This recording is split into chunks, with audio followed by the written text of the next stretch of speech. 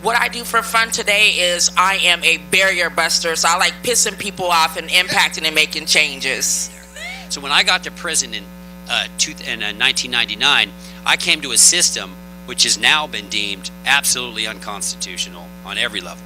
So when I entered that system, there was nothing to do but gangbang and run amok and just be violent. There was no hope. Nobody was getting out. So the main obstacle when I got to prison was the system, and California had the most unjust system there was. So I determined to do something about it, and so really the main obstacle was really myself. So eventually I had to okay, the government's wrong, they're mean, they're unjust, but ultimately I got to go do some work with the guy in the mirror, just like many people on this panel have expressed. So so coming into an unconstitutional system, I still had an obligation to work on my own impediments, which that I created with my own criminal thinking, my criminal values. For me, the only way I was going to be able to earn a living and really support my family was to start a business. And it happens a lot with a lot of guys that I see. Now we go back into the prisons and we're doing entrepreneurial programs, and there's a lot of really smart guys. So yeah, I think we come out and you don't think you can do things, but it becomes a necessity to figure out how to be an entrepreneur for a lot of us. So I would just say for my story is that I was an entrepreneur at 12 years old. I just was selling stuff that the government didn't like me selling. So that said, my story is of drug dealing, incarceration, addiction, a lot of these different things that come with that. And so going to prison and stuff, for me, you don't get any kind of rehabilitation, and so I decided to rehabilitate myself because I was tired. My name is Chris Beasley. I'm an assistant professor at University of Washington Tacoma and co-founder of the formerly incarcerated College Graduates Network, which is a network started up a few years ago, really grown since last year.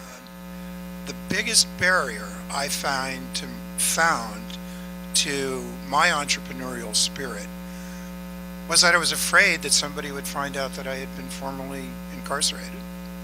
And so it's been very interesting over the last 10 years to kind of not lead with the fact that I spent time in the joint, but now I take a different tack, come out of the closet, so to speak, and say, if you think you don't know an ex-felon, guess who's next to you? And it shakes people up because they're not expecting a person like myself or anybody on this panel. I don't know what they're expecting, but what I do find interesting is the last thing they expect to do is to see people with carrying on their own businesses, making money, being a part of the system in the best and absolutely most American way, which is to work for yourself and build something. So I was probably in prison for maybe 2 or 3 years before I really decided that maybe I shouldn't commit crimes anymore. I was just kind of figuring out how to do it better. So like in my case, my partner got caught, he got 1 year, I got 15. So I was like, well, I just won't have a partner anymore. I'll just kind of do it differently. So it wasn't so much that I was doing the wrong thing, I was just doing it the wrong way. So then, once education got good to me, I kind of changed my mind. And then that's kind of the mental part. You kind of decide where you want to go and what you should or shouldn't be doing. And then the mechanical part is when you actually get out, where are you going? So that was really important for me because I won some scholarship funding. The moment I got out, I had a place to live. I went to the UW. I had family support to buy clothes. I had a girlfriend to drive me around and get my driver's license. Like all these little things, right? But it's a big deal. Like all these stories, I was in Monroe yesterday speaking, and one of the guys said, you know what? There's a lot of guys in here that they haven't made up their minds yet that they want to change, okay? Everybody on this panel made their minds. They decided that they wanted to change and not go back. That's number one. I mean, we can create jobs, we can create opportunities, but it starts inside. You have to decide you're not going to go down that path. JJ had a revelation, right? Michelle decided. You have to make that decision first. Then they can be successful. The story is, shouldn't you be excited that this guy wants to better himself and go to school? But that's not the way it is. So, and that's just one example. I have like 50 more examples of my biggest roadblock every time for my education was the education department. So I did it all in spite of them, not because of them.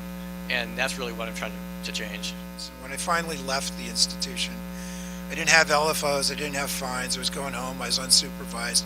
I was going to be left alone. And when I was doing my counselor exit, the young lady that was doing my exit in X-take, I guess, or outtake, looked at me and finally said, I don't know what to do with you. I've never had anybody that doesn't have fines, doesn't have supervision. And you know what? That's the worst thing I ever heard in my life. That's been an inspiration. You mean to tell me you've never seen somebody come out of a prison, this prison, in your experience, that doesn't have fines, doesn't have restitution, and isn't under supervision by the Department of Corrections? That should be an embarrassment, not a sense of wonderment. So, as I said, I had business I had to take care of in Kentucky with my family and our farm. But when I came back, I'm with her. I'm pissed about the way this system operates. It's designed to fail. It fails the notion of public safety. Because if you're recycling back folks like JJ who've been angry and he sees the light, and you're recycling people that don't see the light, there's going to be a lot of folks hurt in the process. Not to mention the person that just isn't getting it. Just to make a long story short, I got my GED, right? And I'll never forget her name, Miss Henderson. She was the instructor. She's all, JJ, your scores are high. You need to go over here to this college program and see. I was like, I'm not here for that. I'm not, that's my whole thing. I'm not here for that, right? But she stayed at me, and I was like, you know what? I ain't got nothing better to do. Let me just take a couple classes, right? And so I took a couple classes. I took cultural anthropology and a marketing class, and it was awesome, right? I had fun. I got 4.0. I was like, wow, I'm actually kind of smart. I think I wish that the system was more rehabilitative. That's what it focused on, and also more individualized, right? So everybody has different needs for rehabilitation. Some is mental health, their addiction. There's a lot of things. So I wish they just went through everybody in one pile and shuffle them through and send them out, because what works for one doesn't work for everybody else. You have to get people that were in. You have to get people that were in that population who have succeeded to mentor them through it. Those are the most. I mean, they're not the only types of people that could help that population, but that's what comes up for me. If it requires, getting people that have succeeded and that it's someone they can relate to. She's just asking, what can we do, people who have not been incarcerated, to help support these causes that have been so well outlined by our panelists? I look a lot at the work that I do from some of the gay and lesbian liberation movement, and I think about the importance of coming out and the change of the social narrative. These policies that we have are supported because there is this social narrative about what incarcerated and formerly incarcerated people are, right? They're a threat, they're a danger, they're another, right? And so even though we organize to try to change public policy, there's this force pushing back on that. And politicians maintain their power because there is this scary other group that they're protecting everyone from. And that's how they maintain power, right? And so one of the critical things you can do as an ally is to go back home and say, oh, I went to this panel and there were all these formerly incarcerated people doing all these things in their lives, right? And it helps change that social narrative one person at a time, which is what really happened in the gay and lesbian liberation movement, is that we spread that out. We came out, we shared our stories. Allies shared the stories of really who we are as people. So that's really important. And that not only helps change some of these policies and reduce the barriers to us coming out and our brothers and sisters coming out, but also those people who are incarcerated right now, who are getting out, they're internalizing that same social narrative about what an incarcerated or formerly incarcerated person is. And if you go out and you change that social narrative one person at a time, one friend at a time, then they are also likely to have that hope of transforming their lives. They're likely to just see that spark of what could be different in their life. But like you said, so when you're making that statement, how can I help? Oh, there's lots of ways. We can put you to work, right? We can put you to work. So yes, get involved. mobilize your community members, your friends.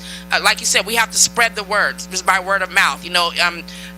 Even being the work that I do, I couldn't do it by myself. So I had to find like-minded people who have the same purpose, same goal, that was willing to help us that we can make a difference. So.